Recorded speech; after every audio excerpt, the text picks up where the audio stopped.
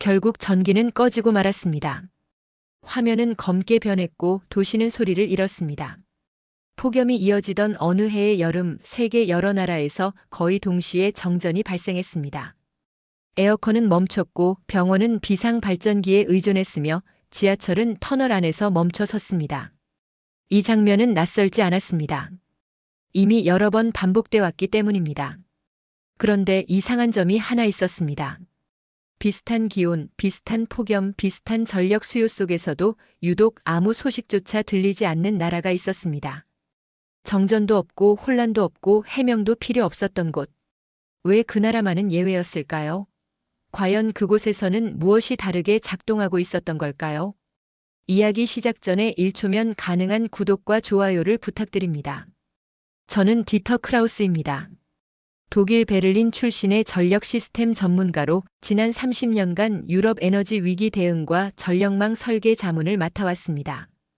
프랑스 EDF, 독일 RWE, EU, 에너지위원회까지 유럽 내 대부분의 전력기관과 협업한 경력을 가지고 있죠. 제 전공은 전력망의 안정성과 위기 대응 구조. 이 분야에선 나름 권위자 취급을 받았고 몇몇 대학에선 제 이름을 딴 강의도 개설됐습니다. 하지만 2024년 여름 저는 그 모든 경력과 명예가 무력해지는 순간을 맞이했습니다. 섭씨 40도. 유럽에선 통상적으로 상상조차 하지 않던 기온이었습니다. 그러나 그해 여름 그 숫자는 예외가 아니라 현실이 되었고 예외는 유럽 전역의 정전 사태로 바뀌었습니다. 폭염은 도심을 태우듯 휘감았고 냉방 수요는 상상 이상으로 폭증했습니다. 전력망은 비명을 질렀고 관제센터엔 경고등이 잇따라 켜졌습니다. 그날 저는 베를린 중앙관제센터에서 야간 근무 총괄 자문으로 배치돼 있었습니다. 정확히 기억합니다. 오후 9시 47분. 스크린 오른쪽 하단 프랑스 남부 송전 지점에서 경고등이 처음 점등됐습니다. 전력 수요가 예상치를 27% 초과. 아직까진 흔한 상황이었기에 예비 전력을 가동하면 되는 일이었죠. 그런데 불과 3분 후 이탈리아 북부, 스페인, 그리스, 오스트리아까지 각국 송전 지점에서 같은 경고가 연달아 올라왔습니다. 붉은색 경고등이 하나둘 늘어나더니 어느 순간 화면의 절반 이상이 새빨갛게 물들었습니다. 저는 수없이 많은 위기 상황을 시뮬레이션 해봤지만 이런 양상은 처음이었습니다. 시스템은 곧바로 각국 운영자들과 연결됐습니다. 그런데 문제는 그 다음이었습니다. 누가 먼저 예비 전력을 쓸 것인가? 모두 자국 우선 원칙을 고수했고 협의는 지연됐습니다. 오후 9시 51분. 프랑스 남부의 주요 송전선 하나가 과부하로 자동 차단됐고 이어진 연쇄 반응은 가속화됐습니다. 9시 54분 유럽 16개국이 동시에 암흑에 잠겼습니다. 도시는 멈췄습니다. 병원 응급실의 산소 호흡기는 꺼졌고 지하철은 터널 안에 멈췄으며 통신은 두절됐습니다. 신호등이 꺼지면서 도심 교통은 마비 상태에 빠졌습니다. 단 7분이었습니다. 그 7분 동안 제가 할 수 있었던 일은 스크린을 바라보는 것뿐이었습니다. 인생의 모든 경력이 무색해지는 순간이었죠. 그날 밤 저는 처음으로 질서가 무너지는 소리를 들었습니다. 그것은 폭발음도 경고음도 아니었습니다. 침묵이었습니다. 모두가 말을 잃었습니다. 사망자도 발생했습니다. 정전으로 인해 병원 장비가 멈춘 탓이었습니다. 다음 날 긴급 회의가 열렸고 각국 장관들은 책임을 밀었습니다. 프랑스는 독일을 비난했고 독일은 EU 시스템 설계를 문제 삼았습니다. 언론은 이 모든 사태의 원인을 역대급 폭염으로 몰았습니다. 불가항력이라는 단어가 회의장을 맴돌았습니다. 하지만 저는 그 단어가 불편했습니다. 불가항력? 아니었습니다. 이건 분명 설계의 실패였습니다. 수백억 유로를 투자한 유럽 전력망이 고작 7분 만에 무너진 것. 무언가 잘못된 것입니다. 저는 사후 보고서 작성을 시작했습니다. 각국의 전력 소비 패턴, 예비율, 송전 용량, 복구 시간, 대응 속도 등을 비교 분석했습니다. 그런데 그 과정에서 한 가지 이상한 패턴을 발견했습니다. 선진국일수록 정전이 잦았습니다. 기술이 발전할수록 시스템은 더 복잡해졌고 복잡해질수록 결정이 늦었습니다. 위기가 오면 매뉴얼을 뒤지고 회의를 소집하고 책임을 나누는 사이 시스템은 무너졌습니다. 그런데 그런 패턴에서 단 하나의 예외가 있었습니다. 바로 대한민국이었습니다. 처음엔 믿지 않았습니다. 데이터 오류일 거라 생각했습니다. OECD 10년간 연간 정전시간 비교 데이터. 미국 328분, 프랑스 245분, 독일 190분, 영국 294분. 그리고 한국 16분. 제가 보고 있던 숫자가 정말 분 단위가 맞는지 여러 번 확인했습니다. 혹시 초 단위? 단위 차고? 아니었습니다. 분이 맞았습니다. 그것도 10년 내내 거의 변화 없이 16분 안팎의 정전 시간. 처음엔 통계 조작을 의심했습니다. 원본 보고서를 뒤졌습니다. 그런데 한국은 오히려 다른 나라보다 기준이 더 엄격했습니다. 3분 이상 정전은 모두 기록했고 계획 정전도 포함이었습니다. 숨긴 게 없었습니다. 그때 저는 뭔가가 바뀌고 있다는 걸 느꼈습니다. 데이터를 3번 삭제하고 4번 다시 불러왔지만 결과는 같았습니다. 한국만이 예외였습니다. 저 수치는 우연이 아니었습니다. 구조였고 설계였으며 철학이었습니다. 그 순간부터 저는 생각했습니다. 우리가 그동안 모범 사례라 여겨온 유럽의 전력망, 그게 정말 모범인가? 정말 우리가 자랑했던 이 구조가 위기 앞에서 작동할 수 있는 구조였는가? 질문은 계속 이어졌습니다. 왜 한국은 폭염에도 혹한에도 대규모 정전 없이 유지될 수 있었는가? 기술 때문인가? 국토가 작아서? 운이 좋아서? 아니었습니다. 모든 변수, 모든 가설은 한국을 설명하지 못했습니다. 남은 방법은 단 하나였습니다. 직접 확인하는 것. 그렇게 저는 한국행 티켓을 예약했습니다. 단순한 방문이 아니었습니다. 제 30년 경력을 시험할 여정이었고 동시에 제가 가진 질서에 대한 신념을 마주하는 여정이었습니다. 한국행 비행기 안에서 저는 단 한 번도 편하게 잠들지 못했습니다. 머릿속에는 숫자들이 떠다녔어요. 16분. 연간 정전 시간 16분. 이 수치는 제 30년 커리어를 통째로 부정하고 있었습니다. 저는 이 수치를 인정하기 싫었습니다. 그래서 스스로에게 이렇게 말했죠. 직접 가서 틀린 걸 증명하자. 전문가에게 가장 편한 태도는 의심입니다. 인정은 위험하지만 의심은 안전하거든요. 저는 한국을 배우러 간 게 아니었습니다. 결함을 찾으러 간 겁니다. 유럽 시스템이 왜 옳은지, 한국 시스템이 왜 예외처럼 보이는지를 증명하기 위해서요. 서울에 도착한 건 2025년 1월이었습니다. 한겨울이었지만 도시는 멈추지 않고 돌아가고 있었어요. 공항에서 시내로 들어오는 동안 창밖을 유심히 봤습니다. 신호등, 전광판, 지하철, 빌딩 조명. 모든 것이 너무도 당연하게 작동하고 있었습니다. 저는 스스로를 경계했습니다. 지금은 정상 상황이다. 위기는 언제나 비정상에서 드러난다. 첫 공식 일정은 한국전력공사 관계자들과의 기술 교류 미팅이었습니다. 명분은 학술 교류였지만 제 속내는 달랐습니다. 저는 그들의 설명에서 허점을 찾고 싶었습니다. 과장된 자료, 통계의 공백, 말하지 않는 부분. 그런 걸 기대했죠. 회의실에서 받은 첫 자료는 예상과 달랐습니다. 두꺼운 보고서가 아니었습니다. 어쓰리 용지 한 장짜리 전력망 구조도였어요. 저는 무의식적으로 웃음이 나왔습니다. 유럽에서 이런 걸 내밀었다면 회의실에서 쫓겨났을 겁니다. 유럽 전력망 구조도는 보통 수십 페이지입니다. 국가별, 운영자별, 구간별로 나뉘어 있거든요. 이게 전부입니까? 제가 물었습니다. 네, 이게 전부입니다. 상대는 망설임 없이 답했습니다. 저는 그 종이를 한참 바라봤습니다. 발전소에서 송전, 배전, 가전까지의 흐름이 하나의 선처럼 이어져 있었습니다. 분기점은 최소화돼 있었고 모든 흐름은 중앙관제 시스템으로 모여 있었습니다. 단순했습니다. 지나치게 단순했어요. 모든 걸 한 기관에서 관리한다고요? 그렇습니다. 그 순간 제 머릿속에서 경고등이 켜졌습니다. 독점. 단일 운영자. 유럽에서라면 위험의 상징입니다. 경쟁이 없으면 효율이 떨어지고 견제가 없으면 부패한다. 이건 제가 30년 동안 믿어온 상식이었습니다. 그래서 저는 바로 다음 질문을 던졌습니다. 그럼 문제가 생기면 누가 책임집니까? 상대는 잠시도 고민하지 않았습니다. 저희가 집니다. 책임. 이 단어가 회의실 공기를 바꿨습니다. 유럽 회의에서 책임은 늘 분산됩니다. 발전은 어사, 송전은 비사, 배전은 시사. 문제가 생기면 먼저 책임 소재부터 따집니다. 그것이 합리적이라고 배워왔습니다. 그런데 이곳에서는 너무 쉽게, 너무 명확하게 말하고 있었습니다. 우리가 집니다. 저는 속으로 생각했습니다. 이건 위험한 구조다. 한 기관이 모든 책임을 지면 실수 하나로 시스템 전체가 흔들릴 수 있습니다. 이건 이론적으로도 경험적으로도 위험합니다. 적어도 저는 그렇게 배워왔습니다. 그래서 저는 다음 단계로 넘어갔습니다. 데이터 검증이었습니다.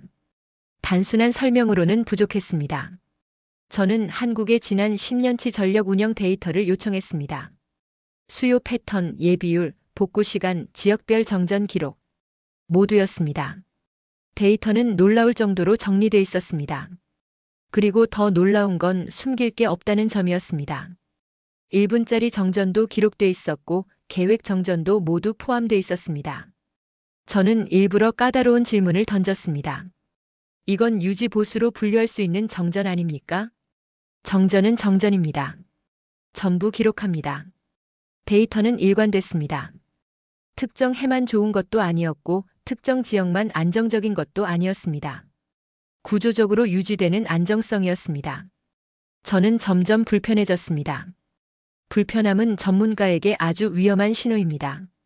기존 이론으로 설명되지 않는 현상을 만났다는 뜻이거든요. 그래서 저는 다음 가설을 세웠습니다. 아직 진짜 위기를 겪지 않았을 뿐이다. 폭염, 혹한, 동시 다발 고장. 그런 극한 상황에선 무너질 것이다. 저는 그렇게 믿고 싶었습니다. 그리고 마침 기회가 찾아왔습니다. 한국도 폭염을 겪는 나라였으니까요. 2018년 여름 한국은 기록적인 폭염을 겪었습니다.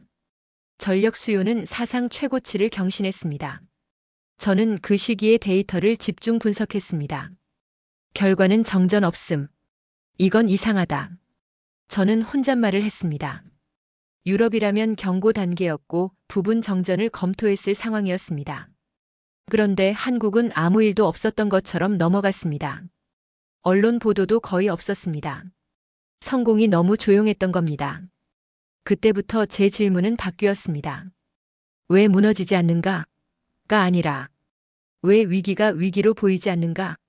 저는 관제 시스템을 직접 보고 싶어졌습니다. 책상 위 데이터만으로는 설명되지 않았기 때문입니다. 그래서 요청했습니다. 중앙관제센터 방문을. 나주에 위치한 관제센터에 들어섰을 때 첫인상은 의외였습니다. 너무 조용했습니다. 유럽의 관제센터는 늘 소음이 있습니다. 전화벨, 지시, 회의, 긴장. 그런데 이곳은 달랐습니다. 사람들은 자리에 앉아 있었고 목소리는 낮았고 움직임은 최소화돼 있었습니다. 문제가 없으니까요. 제가 이유를 묻자 돌아온 대답이었습니다. 저는 그 말을 이해하지 못했습니다. 지금은 전력 수요 피크 시간대였습니다. 수요 곡선은 분명 상승하고 있었어요. 그런데 아무도 긴장하지 않았습니다. 왜냐고 묻자 이런 답이 돌아왔습니다. 예측 범위 아닙니다.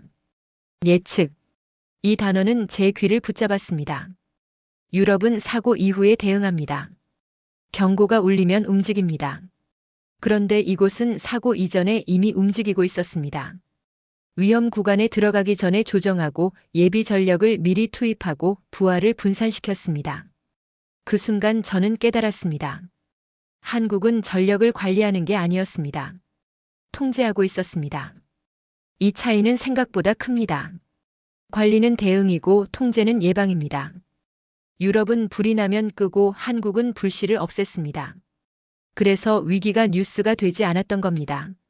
저는 그날 관제실에서 작은 경보 상황을 몇 차례 목격했습니다.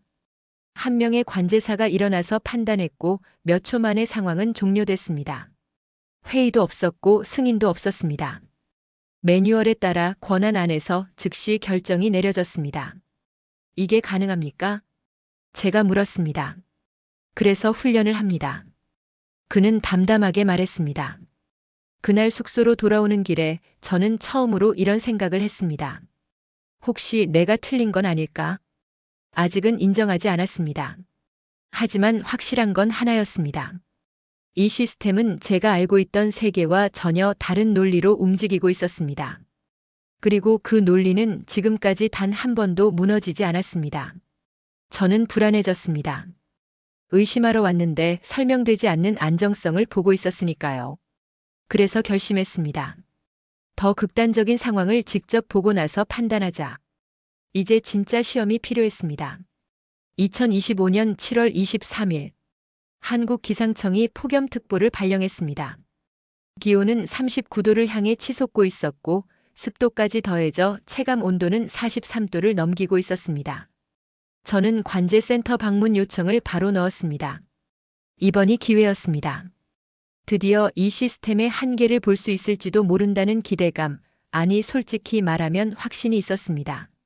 한국도 결국 무너질 수밖에 없다는 걸 증명하고 싶었습니다. 30년 동안 제가 주장해온 분산형 구조, 합의 기반의 위기 대응이 틀리지 않았다는 걸 증명할 수 있는 결정적 기회. 저는 기대했습니다. 아니, 사실 간절히 바랐습니다. 오후 2시 나주 한국전력 중앙관제센터에 도착했습니다. 내부 분위기는 지난 방문과는 조금 달랐습니다. 조용했지만 긴장감이 느껴졌어요. 스크린에는 실시간 전국 전력 수요 그래프가 표시되고 있었습니다. 숫자들이 빠르게 올라가고 있었고 곡선은 이미 붉은 경고선을 향해 달리고 있었습니다. 저는 옆에 있던 담당자에게 조심스럽게 물었습니다. 지금 예비율은 어느 정도입니까? 15%까지 떨어졌습니다. 아직 관리 범위입니다. 그는 표정 하나 변하지 않고 대답했습니다. 하지만 저는 알고 있었습니다. 문제는 지금이 아니었습니다. 진짜 위기는 기온이 정점을 찍는 오후 3시부터입니다. 오후 2시 17분. 첫 번째 경보음이 울렸습니다. 날카롭고 짧은 소리. 유럽에서라면 이 소리 하나에 관제실 전체가 움직입니다. 회의가 소집되고 5명이 모여 회의를 시작하겠죠. 하지만 이곳은 달랐습니다. 단 한 명. 30대 후반으로 보이는 관제사가 자리에서 조용히 일어났습니다. 스크린을 빠르게 확인하더니 키보드를 두드렸습니다. 충청 지역 수요 급증. 예비 전력 사무기 투입. 그의 말은 마치 자신에게 하는 확인처럼 조용했습니다. 3초 후 스크린의 수치가 바뀌었습니다.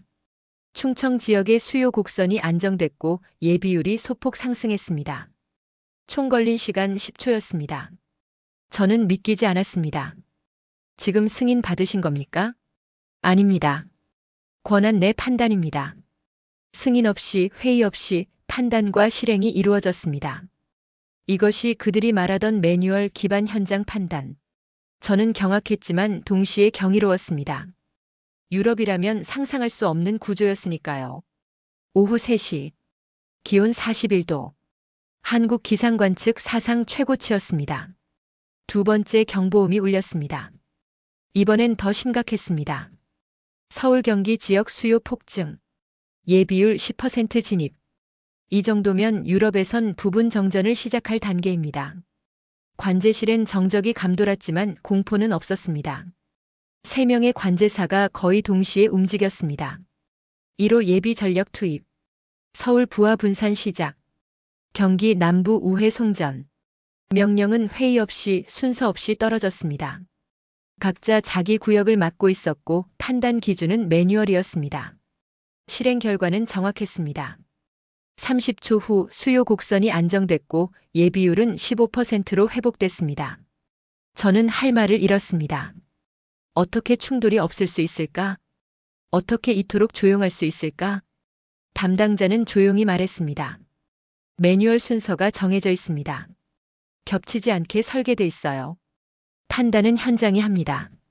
상황을 가장 잘 아는 사람이 판단해야 하니까요. 그 말은 저의 세계관을 뒤흔들었습니다. 유럽은 판단이 상부에서 내려오고 현장은 보고만 합니다.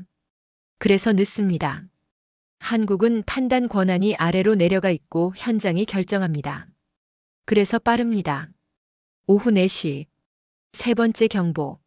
이번엔 정말 위기였습니다. 영남 지역 주요 발전소 2호기 긴급 정지. 출력 30% 감소. 동시에 수요는 여전히 상승 중이었습니다. 예비율 7%. 이건 위험 구간이었습니다. 유럽이라면 정전이 발생했을 수치입니다. 수석 관제사가 조용히 자리에서 일어났습니다. 스크린 전체를 훑더니 단 한 문장. 전국 부하 재분배. 비상 예비 전력 가동 준비. 그 순간 모든 관제사가 동시에 움직였습니다. 하지만 뛰어다니지 않았습니다. 소리치지 않았고 명령이 겹치지도 않았습니다. 전력은 서울에서 부산으로, 경기에서 전라로 유기적으로 이동하기 시작했습니다. 비상 예비 4호기 온라인. 부하 이동 완료. 예비율 12% 회복. 걸린 시간 1분 30초. 저는 손에 쥐고 있던 펜을 떨어뜨렸습니다. 이건 말이 안 됩니다. 어떻게 이 정도 위기가 위기로 인식되지 않을 수 있는가? 그날 밤 언론엔 단 한 줄도 정전에 대한 보도가 없었습니다. 뉴스는 폭염에 대해 보도했을 뿐 전력망 위기는 다루지 않았습니다. 왜냐고요? 정전이 없었으니까요. 저는 담당자에게 물었습니다. 오늘 정말 위기였다는 걸 아십니까? 알고 있습니다. 근데 왜 아무도 몰랐죠? 성공했으니까요. 실패했을 때만 뉴스가 됩니다. 그 말에 저는 무너졌습니다. 가장 위대한 성공은 아무도 눈치채지 못하는 것이다. 위기는 없었습니다. 아니, 위기는 이미 오기 전에 제거된 것이었습니다. 한국은 복구의 나라가 아니었습니다. 예방의 나라였습니다. 그날 밤 저는 호텔방에 돌아와 노트를 펼쳤습니다. 단 한 문장만 적었습니다. 나는 졌다. 30년 동안 구축해온 제 이론이 무너진 날이었습니다. 그리고 처음으로 저는 마음 깊이 편히 잠들 수 있었습니다. 왜냐고요? 패배를 인정했으니까요. 그리고 그건 전문가로서 제가 처음으로 옳은 선택이었습니다. 폭염의 위기 상황을 목격한 다음 날 저는 조용히 노트북을 열었습니다. 데이터는 거짓말하지 않았습니다. 하지만 제 자존심이 쉽게 이 현실을 받아들이지 않았습니다. 저 시스템이 정말로 완벽하다는 걸 인정하고 싶지 않았던 거죠. 그래서 저는 결심했습니다. 직접 설계한 극한 시나리오를 만들어 한국의 전력망을 가상으로라도 무너뜨려 보자. 기술이 완벽할 리 없다. 이론상 오류가 반드시 있을 것이다. 30년 경력의 내 분석이 틀릴 리는 없다. 첫 번째 시나리오는 2018년 여름을 기준으로 설정했습니다. 기록적 폭염이 한창이던 그해 기온 38.8도, 전력 수요는 사상 최고치. 거기에 주요 발전소 하나가 갑자기 정지하는 변수를 더했습니다. 시뮬레이션을 돌려봤습니다. 예비율은 22% 발전소 한 곳이 꺼지면 마이너스 4% 18%. 여기에 수요 급증으로 마이너스 5% 남은 예비율 13%. 13%면 유럽에선 이미 위험 단계입니다. 그런데 한국에선 정전이 없었습니다. 단 하나도요. 이건 운이었을 거야. 저는 스스로를 설득했습니다. 그래서 두 번째 시나리오를 만들었습니다. 폭염 송전선 고장 추가. 10% 송전 용량 감소. 부하는 인접 선로로 몰립니다. 그게 과부하로 자동 차단되고 또 다른 선로에 부하가 가중되고 유럽에선 이 구조로 연쇄 붕괴가 시작됐습니다. 2024년 유럽 블랙아웃도 이 시나리오였죠. 하지만 한국의 시뮬레이션 결과는 정반대였습니다. 고장난 송전선의 부하가 즉시 분산됐습니다. 자동 우회 알고리즘이 작동했고 예비 전력이 투입됐으며 경고도 울리지 않았습니다. 화면 속 그래프는 끝내 흔들리지 않았습니다. 말이 안 돼. 저는 세 번째 시나리오를 꺼냈습니다. 이번엔 사이버 공격입니다. 관제 시스템의 일부가 마비되는 상황.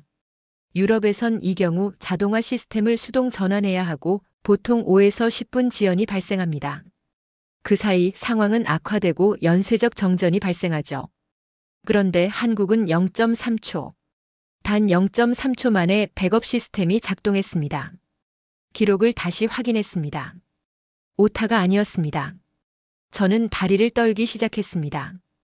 계산이 틀렸나? 시나리오가 비현실적인가? 아니었습니다.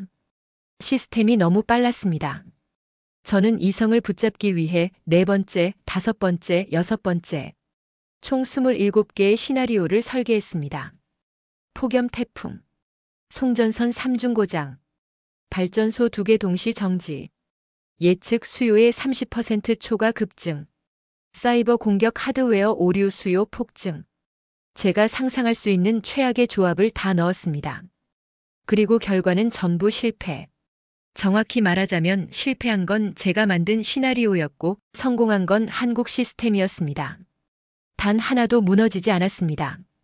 이건 단순한 설계가 아니었습니다. 이건 철학이었습니다. 사고가 나면 복구한다가 아니라 사고가 나기 전에 제거한다.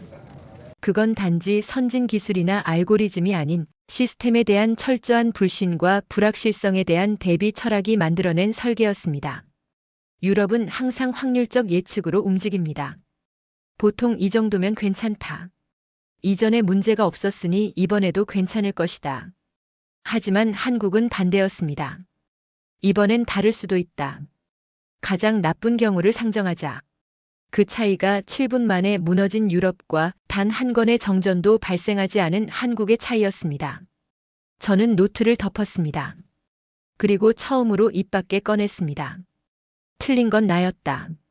내가 맞다고 믿었던 그 모든 모델과 이론이 지금 이 시스템 앞에선 무의미하다는 걸 인정해야 했습니다. 패배는 쓰라렸지만 진실은 더 강했습니다.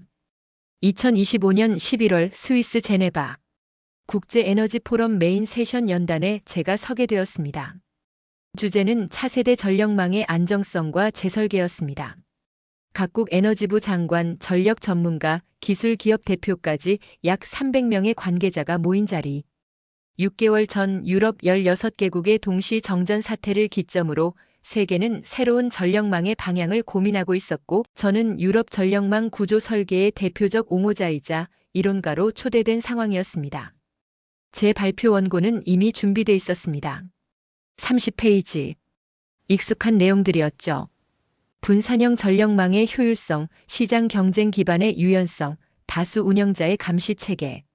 제가 지난 30년 동안 줄곧 주장해온 시스템. 그런데 손이 떨렸습니다. 이 원고는 진실이 아니었습니다. 적어도 지금의 제가 알고 있는 진실은 아니었어요. 지난 여름 한국에서 직접 본 시스템은 제가 이 자리에서 말하려는 그 어떤 말보다 더 설득력이 있었습니다. 16분. 한국의 연간 정전 시간. 극한 폭염에도 동시 사고에도 사이버 공격에도 단 하나의 정전도 발생하지 않았던 그 시스템. 제가 이 무대에서 그걸 말해도 되는 걸까? 망설였습니다. 이대로 원고를 읽으면 누구도 이상하게 여기지 않을 겁니다. 제 권위는 유지되겠죠. 하지만 그건 거짓이었습니다. 아침이 밝아오고 있었습니다. 저는 결심했습니다. 사실을 말하자. 연단에 섰습니다. 300명의 시선이 제게 향했습니다. 마이크를 켜고 준비된 원고를 조용히 접었습니다. 그리고 노트북을 열었습니다. 첫 슬라이드 OECD 전력망 신뢰도 그래프. 회의장은 술렁였습니다. 유럽 국가들이 200에서 300분대의 정전 시간을 기록하고 있는 사이 단 하나의 나라만 16분이라는 압도적 수치를 찍고 있었습니다. 여러분, 오늘 저는 예정된 발표를 하지 않겠습니다. 회의장이 술렁였습니다. 정적이 감돌았습니다. 왜냐하면 그 내용은 제가 6개월 전까지 믿었던 이론이기 때문입니다. 하지만 지금은 아닙니다. 다음 슬라이드 극한 기후 상황에서의 전력망 유지 사례. 한국은 41도의 폭염 속에서도 단 한 건의 정전도 발생하지 않았습니다. 저는 목소리를 낮췄습니다. 저는 한국 시스템을 검증하러 갔습니다. 결함을 찾기 위해 30개의 극한 시나리오를 설계했습니다. 하지만 단 하나도 무너뜨릴 수 없었습니다. 다음 슬라이드 결정 속도 비교 유럽 15분, 한국 30초. 그 순간 한 참석자가 손을 들었습니다. 박사님, 그건 독재적 시스템 아닙니까? 독일 측이었습니다. 저는 고개를 끄덕였습니다. 그렇게 볼 수도 있습니다. 하지만 결과는 분명합니다. 한국은 작동했고 우리는 무너졌습니다. 회의장은 조용해졌습니다. 우리는 늘 안정성을 논해왔습니다. 하지만 한국은 그 단계를 넘어 있었습니다. 복구가 아니라 예방, 합의가 아니라 결단, 분산이 아니라 통제. 다음 슬라이드엔 단 한 문장이 떠올랐습니다. 한국은 사례가 아니라 기준이다. 발표를 마친 뒤 잠시 정적이 흘렀고 곧 수십 개의 손이 올라왔습니다. 그 구조는 어떻게 설계됐습니까? 복제가 가능합니까? 우리는 왜 실패했습니까? 어디서부터 바꿔야 합니까? 그리고 미국 대표가 물었습니다.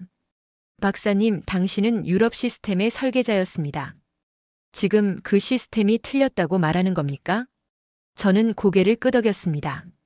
네, 저는 틀렸습니다. 그 말이 입 밖으로 나오는 순간 제 안에 무언가가 완전히 무너졌습니다. 하지만 동시에 무언가 새롭게 세워지는 감각도 있었습니다.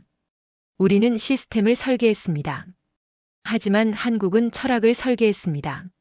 기술은 수입할 수 있습니다. 그러나 태도는 수입할 수 없습니다. 그 말은 깊은 침묵을 불러왔습니다.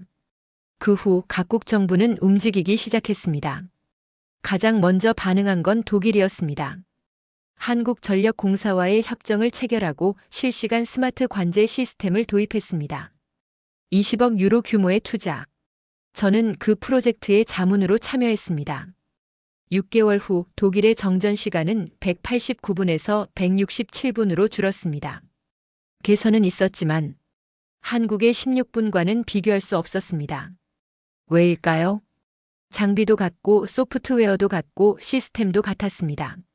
하지만 단 하나가 달랐습니다. 사람이. 실제 위기 상황에서 관제사는 먼저 상급자에게 보고했습니다. 회의가 소집됐고 10분 후에야 조치가 실행됐습니다.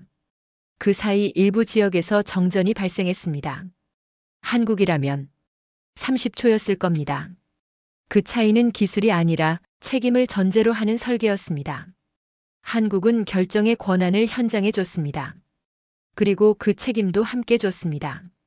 결과적으로 판단은 빨라졌고 실행은 단단해졌습니다. 프랑스, 미국, 일본도 시스템을 도입했지만 역시 결과는 한국과 같지 않았습니다. 왜냐하면 그들은 시스템만 수입했고 철학은 수입하지 않았기 때문입니다. 저는 마지막 보고서를 작성했습니다. 제목은 한국 전력망 기술이 아닌 철학의 코드화. 이 보고서엔 수치가 아닌 신념이 담겨 있었습니다. 한국은 전력을 통해 국가를 운영합니다. 정전이 없다는 건 단순한 기술의 승리가 아닙니다. 그건 위기를 대하는 국가의 태도입니다. 미루지 않는 결정, 회피하지 않는 책임, 신뢰에 기반한 실행. 그날 저는 깨달았습니다. 질서는 설명이 아니라 증명이다. 한국은 그것을 증명했습니다. 그리고 저는 그 증인의 하나가 되었습니다. 한국은 정전을 막는 나라가 아닙니다. 한국은 위기를 사전에 제거하는 나라입니다. 그리고 그것은 단순한 시스템의 승리가 아닌 국가의 태도 그리고 철학의 승리였습니다. 구독자 여러분, 오늘의 이야기는 어떠셨는지요? 영상 끝까지 시청해주신 모든 분들 고맙습니다. 지금까지 K감동피플이었습니다.